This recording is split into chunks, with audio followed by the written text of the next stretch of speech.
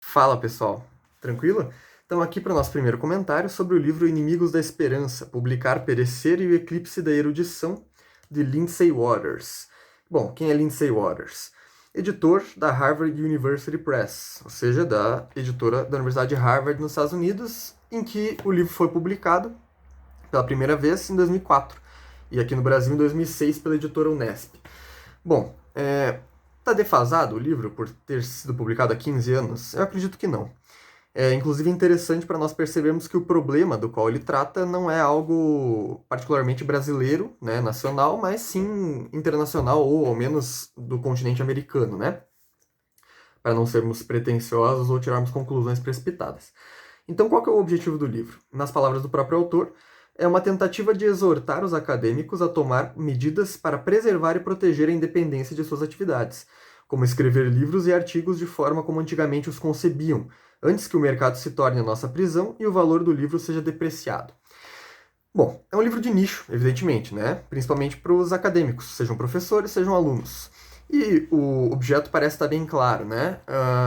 Ele vai se debruçar sobre aquele incômodo que muitos de nós sentimos quando vemos, de um lado, uma pressão absurda pela hiperprodução de pesquisas e artigos científicos que devem ser publicados anualmente em periódicos que ninguém lê, né? Então, as perguntas, né, que ficam, inclusive depois do livro, o livro não sana esses questionamentos, inclusive ele provoca ainda mais incômodo, é o fato de que nós não sabemos para quem nós estamos escrevendo, porque ninguém lê o que nós escrevemos. Nós não lemos uns aos outros, né? Então, para quem você está escrevendo, professor de universidade, ou aluno, pesquisador, né, de mestrado, doutorado, etc. E o que você está escrevendo, o que você está pesquisando, é suficiente aquilo que você está pesquisando, o conteúdo daquilo que você está escrevendo e publicando para o teu padrão de aceitação? Ou é simplesmente para atender uma demanda de produção que não está realmente muito interessado no conteúdo daquilo que está sendo produzido? Então, o autor traz no primeiro capítulo, é um livro dividido em dois capítulos, no primeiro deles é um contexto geral, né, de um ambiente de hiperprodução de informações, né, uma bomba informacional, se é que dá para dizer assim, nas palavras do Paul Virilio, que é um autor que uma hora a gente vai trazer aqui também.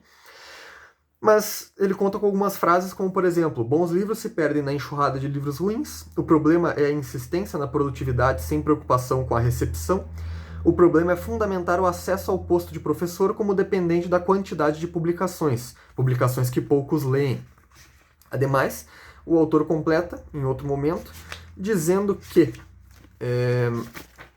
os livros têm que ter poucas ideias, de modo que não alarmem seus leitores nem sobrecarreguem a mente deles, se por acaso forem lidos. Tudo que é sólido derrete, numa citação indireta aí ao Bauman, ainda que ele não traga o nome do autor para o livro, né? De maneira clara. Então, a gente tem aqui um livro mais como um manifesto, na verdade, do que propriamente como uma obra de literatura ou qualquer coisa do tipo, né? É realmente algo com bastante crítica, com diagnósticos e tentativas de prognósticos. E tentativas de identificar quais são os principais problemas disso, né?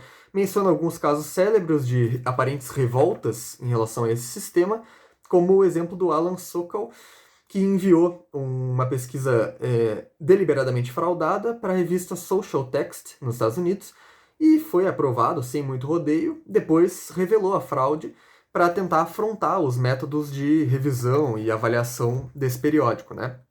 Como um ato de protesto em relação aos periódicos em geral, né? E o livro se desenvolve, se desenrola. No segundo capítulo ele acaba trazendo algo como uma busca por origens, né, digamos assim, desse mal que é identificado e diagnosticado no primeiro capítulo. Nessa busca pelas origens desse mal, ele acaba trazendo dois pontos que, do ponto de vista do autor, são fundamentais, que são a censura e a defesa do status quo, que ele relaciona diretamente com uma espécie de timidez acadêmica e, como é que vamos dizer assim, falta de pretensão mesmo de desenvolver pensamentos sobre grandes assuntos. Então ele tem o slogan, talvez, do segundo capítulo pudesse ser devemos pensar pequeno, ou não nos preocupemos com grandes questões. Ele atribui isso a dois autores, principalmente, o Richard Hort e o Stanley Fish. O Richard Hort, que me surpreende algumas das críticas que ele faz, porque é um autor que me agrada bastante e eu nunca havia pensado no modo como ele lê algumas das passagens, algumas das ideias principais do autor. Mas vale a pena dar uma olhada. Ainda tenho que matutar um pouco sobre isso.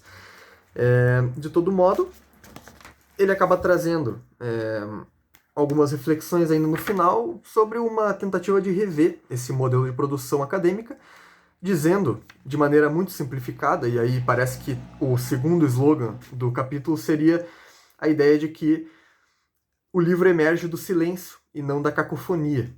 Portanto, representa o sinal mais alto possível na escala de ruídos de qualquer meio de comunicação. Numa analogia, daria para dizer que a enxurrada de informações que nós temos não é necessariamente uma enxurrada de conhecimento e uma enxurrada de sabedoria ou saberes, né?